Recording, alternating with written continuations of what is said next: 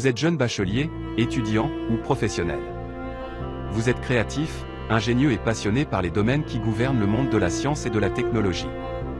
Profitez de l'offre de formation dans les filières telles que réseau et télécommunications, statistiques et informatique décisionnelle, gestion des acca jërë ngeen jëf mbokki Sénégal jërë ngeen jëf mbokki àdduna rawatina yéen ñi suivre seen site bii di Lutte Sénégal TV ñu ngi leen di nuyu di leen siyaar comme ni ñu koy defee chaque jour rek nee naa la Thier ci micro bi ànd ak tuma cameraman Pago di leen toppal làmb ak li ci biir nee naa la làmb képp ku ci nekk rek di ci liggéey lu am solo fépp fu mu mënti nekk ñu fekk la fa déggal suñu micro waxtaan ak moom moo waral tey ñëw fi nga xamante ne bii mooy VDN ñëw seeti suñu papa wala suñu nijaay muy Pa Abdou Fall di ci liggéey lu am solo ci biir làmb di ci liggéey lu am solo ñu fas yéene waxtaan ak moom ndax nam nañ ko boobu depuis combat si te Papa Sow ba léegi dégguñu ko moo tax ñoo xool ci lu mu nekk ak lu muy wàcc dañ koy bàyyi mu nuyu ñu ñuy suivre su ko defee ñu dugg ci waxtaan bi nijaay maa ngi lay nuyu dana si. waaw maa ngi lay fay Mame Thierno di nuyu Paco. di nuyu téléspectateur Lutte Sénégal. nuyu askanu làmb. képp ku ci nekk rek maa ngi lay nuyu di la ziar. di la ñaanal jàmm ak salaam. waaw Abdou Fall boo ñu dee présenté fa Abdou Fall. waaw Pape Abdou Fall moom jaam la rek. donc jaam lañu donc jël lépp rek. suñu àdduna yëpp teg ko ci yoonu siraatal mustaqim rek. waaw. Abdou Fall ak làmb lu ko booleeg làmb. waaye loolu dama ci wax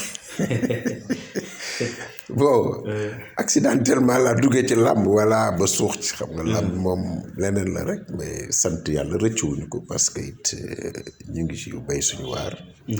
di ci dimbali acteurs yi.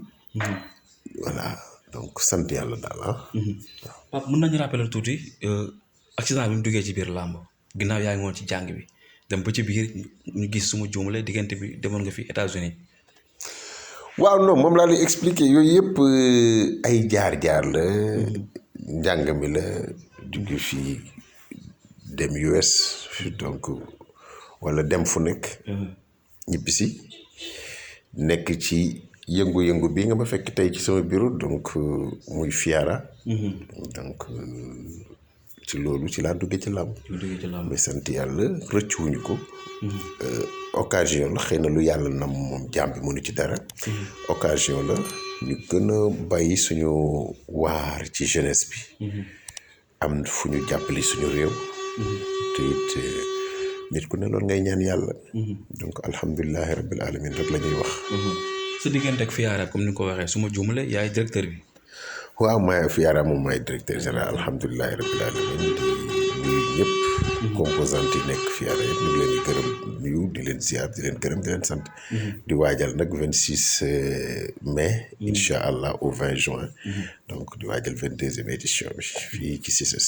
loolu di ko booleeg làmb ji du xaw a métti wala.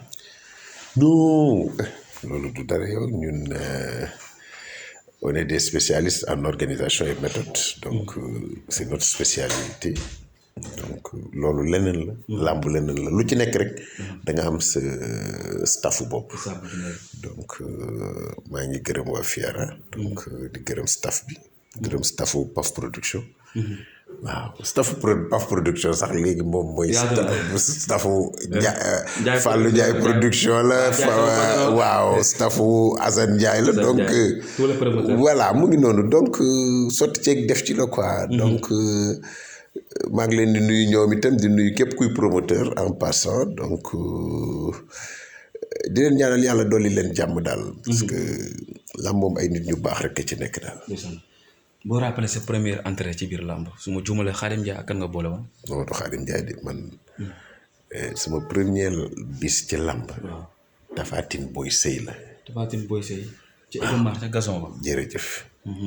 man foofu laa commencé. donc sant yàlla. yàgg na. ba léegi ñu ngi ci. am fu ñuy jàppale suñu ndawi réew. am fu ñuy jàppale ci économie réew mi. am fu ñuy jàppale làmb dans sa généralité. donc c'est avec fierté. xëy na sax au début metti woon na parce que suma njaboot ak samay mbokk nanguwuñu woon. xamuñu woon loolu. xamuñu ko. donc mu ñëwee dugg c'était un poids, c'était un fardeau. Donc, certains acceptaient, d'autres n'acceptaient pas. Il y avait trop de pression. Donc, il y avait trop aussi de moments agréables et désagréables. Donc, ceci dit que la vie a ses alternances de joie et de misère. Il faut faire avec. Parce que, alhamdulillah, on est forgé sur ça, on est bien préparé. Donc, d'emblée daal ñu ngi sant yàlla mais amoon na pour contre ñu ngi ci xëy na c'est le destin.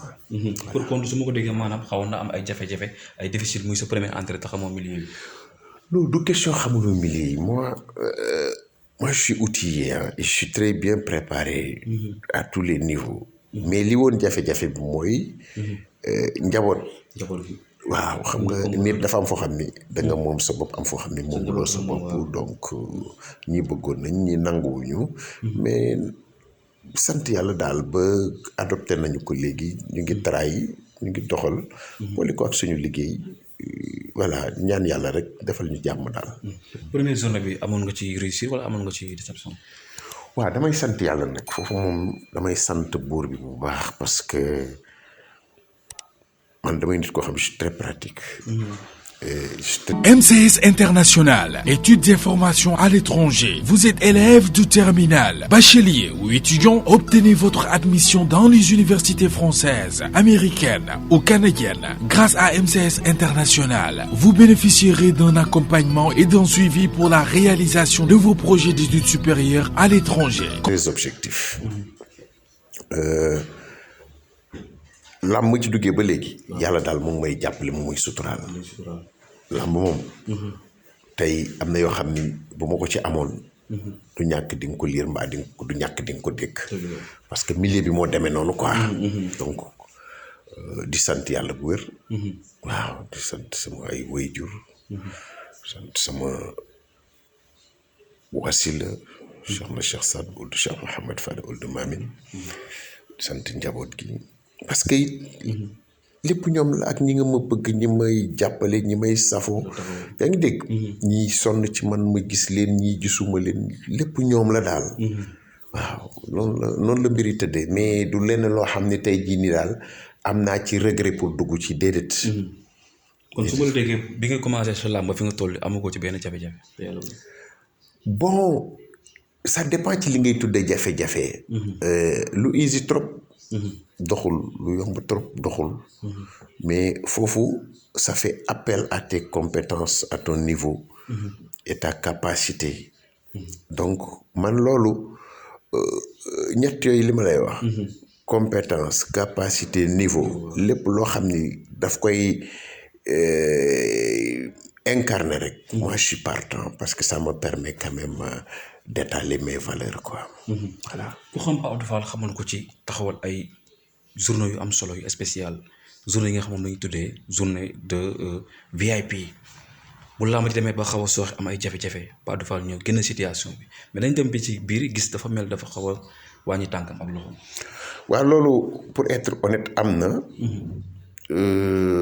ay jamono làmb demoon na bay daaw jamono yi may def ay Modou Lo Gris Bordeaux Modou Lo Lac de Guiers Gouye Gui Siteu Garga Boy Niang du dëgg mais loolu damay sant parce que moment bu ma koy def fekkul man ma dugg ci yenn làmb yi fekkuloon ma dugg ci yooyu ay làmb yu parce que ça me permettait vraiment d'appuyer les jeunes et puis am fu ma ci jàpp daal bu demee ba ci biir yàlla mi dara tëwul indi l'avènement de l'arène nationale ñu def pose première pierre bi parti bu nekk dikk des engagements ont été pris à tort et à travers dama damay nit koo xam ni lu ma la wax dama koy def waaw bu neexee yàlla donc ci la ñu toog waxtaan donc on avait pris l'engagement jàpp ci développement lamb bi ak arène nationale donc bi ñu paree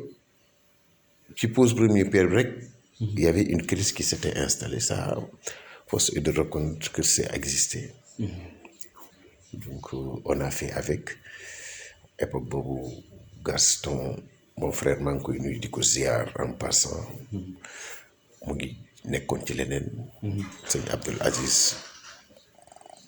mu ngi newoon ci leneen Luc noonu donc pour man il y avait un défi à relever donc ci lañ ko defee woon si tu te rappelles sax Pape Diouf woyoon na ci Badar Dout xam nga donc voilà yooyu ay fee la defuñu ko parce que jaay dayoo la wala nangam ak nangam mais dañ ko def parce que dañu bëgg suñu réew dañu bëgg sport bi dañu bëgg quand même apporter notre pierre à l'édifice qui est le développement de ce cher sport qui est notre sport national muy làmb daal noonu lañ ko defee woon mais du leneen waaw du leneen mais ñi ngi xaar Pape Abdou defaat retour ci lu mel noonu waaw xam nga man aussi je suis rattrapé par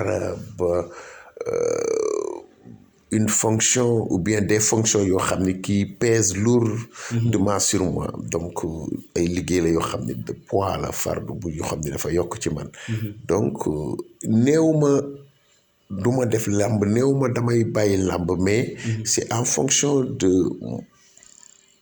des créneaux que je dispose ci laay ñëw dugg ci parce que lii ñoo ko moom dañ ci liggéey dañ ko try ba mu yegg si ba fii waruñu ko bàyyi muy down kon loolu occasion la ñu wax ni dañuy féliciter promoteur yëpp ay nit ñu am jom lañ nit ñu am ngor lañ ku nekk yaa ngi bay sa laaj mais aussi les sponsors qui sont là basés fi nañu am tuuti benn œil regardant sur ces promoteurs qui investissent et je pense que ces sponsors-là font partie parmi ceux qui ont donné goût à ces promoteurs de faire la lutte donc jaaduwul ñooñu ñëw ñoom ñu rocc ko nañu seet nu ñuy waxtaane articuler suñu ay force ku nekk jàpp ci pour l'intérêt du Sénégal on me dira que le promoteur il est privé je suis parfaitement d'accord mais il a un événement cet événement-là engage des jeunes acteurs sénégalais